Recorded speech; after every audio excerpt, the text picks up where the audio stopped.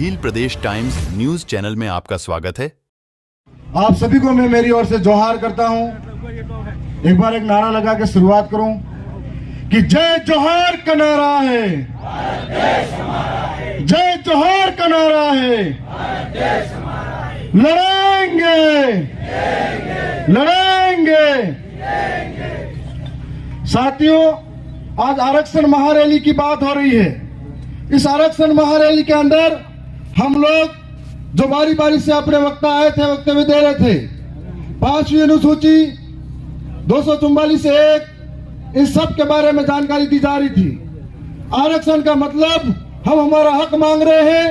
हक हमारा सिर्फ नौकरी में आरक्षण की बात नहीं कर रहे हैं, जमीन के अंदर भी आरक्षण की बात कर रहे हैं, पानी के अंदर भी आरक्षण की बात कर रहे हैं। आरक्षण के अंदर इस इलाके के जितने भी बांध बने हुए हैं, इन बांधों का पानी दूसरे राज्यों में ले जाया जा रहा है। इन बांधों का पानी यदि हमारे इलाकों को मिलता है तो आज बहुत बड़ा पलायन गुजरात और मध्य प्रदेश के अंदर हो रहा है, हमारे राजस्थान के अंदर हो रहा है। यदि पानी मिलेगा तो खेती की सुविधा बेहतर होगी, और खेती की सुविधा बेहतर होगी तो रोजगार मिलेगा। एक आरक्षण इसकी भी बात हो रही है। आरक्षण की बात हो रही है तो इस एरिया के अंदर, टीएसपी एरिया के अंदर, राज्य प्रशासनिक सेवाओं के अंदर हमारे को 12% आरक्षण मिला हुआ है, जिसके अंदर 6.5% जनसंख्या स्टेबल बेल्ट की है, और हमको इसमें प्रत्येक आरक्षण नहीं मिला हुआ है, जिसकी बदौलत यहाँ बैठे तमाम जो बेरोजगार युवा हैं उनके अधिकारों पर चोट होती है। और हर बार आरएस भर्ती के अंदर, चाहे वो 5 बार लगातार की आरएस भर्ती के अंदर हमारे साथ सबसे बड़ा कुटाराघात हुआ, और हम लोगों का एक एक व्यक्ति आज तक सिलेक्ट हुआ। यदि आरक्षण के हिसाब से होता, हम लोगों की नौकरियां कोई और नहीं खाता, तो हमारे 100 लोग कलेक्टर बनते, डीएम बनते, एसडीएम बनते, थानेदार बनते, तहसीलदार बनते। तो इसकी पैरवी नहीं हो पाई। और साथ ही आज नौजवानों के साथ में सबसे बड़ी मांग है, यहाँ से जितनी भी भर्ती होती है, हम लोग आर्थिक रूप से कमजोर हैं, इतने सक्षम नहीं है कि जो अमीरों के बच्चे उनसे मुकाबला कर पाए। हमारे सामने सुबह उठ के घर का काम संभालते हैं, फिर तैयारी करते हैं, स्कूल जाते हैं, और कंपटीशन के अंदर हम लोग इतने मुकाबला बड़े लोगों से नहीं कर पाते हैं। तब हमारे सामने क्राइटेरिया लगा दिया जाता है कि इस भर्ती के अंदर 35% आरक्षण का प्रावधान होगा, और 35% आरक्षण के अंदर जिस दिन से क्राइटेरिया लगाया उस दिन से कई सारे भर्ती के अंदर पद खाली पड़े हुए हैं हमारे नौजवानों के लिए। इस बात को कोई बोलने के लिए तैयार नहीं है, क्योंकि उन लोगों को डर लगता है इस बात को बोलेंगे तो हमारी टिकट कटेगी।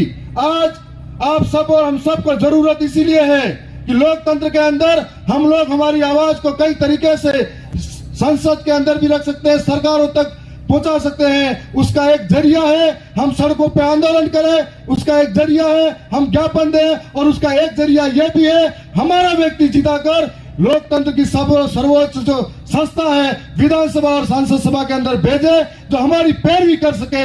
लेकिन आज तक ऐसा हुआ नहीं। जो लोग यहाँ से जीत कर गए खुद मालामाल हो गए। जब E&D का बे आया तब वो मालामाल दूसरी तरफ चले गए, भ्रष्टाचारी जोड़ो पार्टी में शामिल होने लग गए।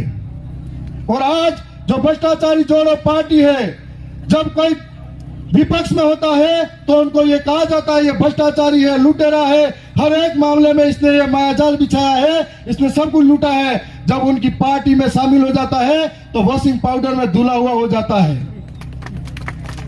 इसलिए ये लोकतंत्र है, इसमें हम जैसे नौजवानों की जिम्मेदारी है कि हमको ये बात समझनी पड़ेगी। इस राजस्थान के अंदर, दक्षिणी राजस्थान के अंदर कांग्रेस की सरकार में 2 लोग मंत्री रहे थे, और इन मंत्रियों के रहते हुए हजारों करोड़ों का घोटाला हुआ। इस घोटालों को छिपाने के लिए डर के मारे दूसरी तरफ घुसे हैं। ऐसे लोगों को सबक सिखाने का वक्त आ गया है। ये हमारा पैसा था, हमारी जनता का था, जिसके माध्यम से हमारे साथ ये सब कुछ हुआ है। आज राजस्थान की विधानसभा के अंदर हम लोग 3 गए थे, आने वाले समय में हम लोग 4 होने वाले हैं, और एक हमारी स्वतंत्र आवाज जो बेबाक तरीके से कभी राजस्थान के विधानसभा में गूंजा करती थी। आप सब कमर कस लो, तैयार हो जाओ।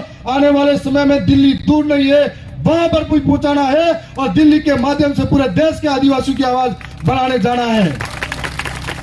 और मुझे पूरा भरोसा और विश्वास है हम ऐसे वीरू के वंशज जो ये करके दिखाएंगे। अभी जो हम चुनाव जीते हैं या लड़े हैं या जितने वोट भी आए हैं बिना दारू पैसों से आए हैं। ये हम सबके लोकतंत्र के अंदर एक ईमानदारी का परिचय है। आने वाले समय में ऐसा परिचय देना है। ये दोनों पार्टियां इतने दिन एक दूसरे को आई बाप कर रही थी, अब दोनों एक हो रही है और पंजे से कमल खिलाने की कोशिश करी है, लेकिन उस कमल पे हमारा हॉकी स्टिक भारी पड़ना चाहिए। ये काम हम सबको करना है। पुनः आप सबका धन्यवाद। जोहार। Subscribe now and press the bell icon. Never miss an update.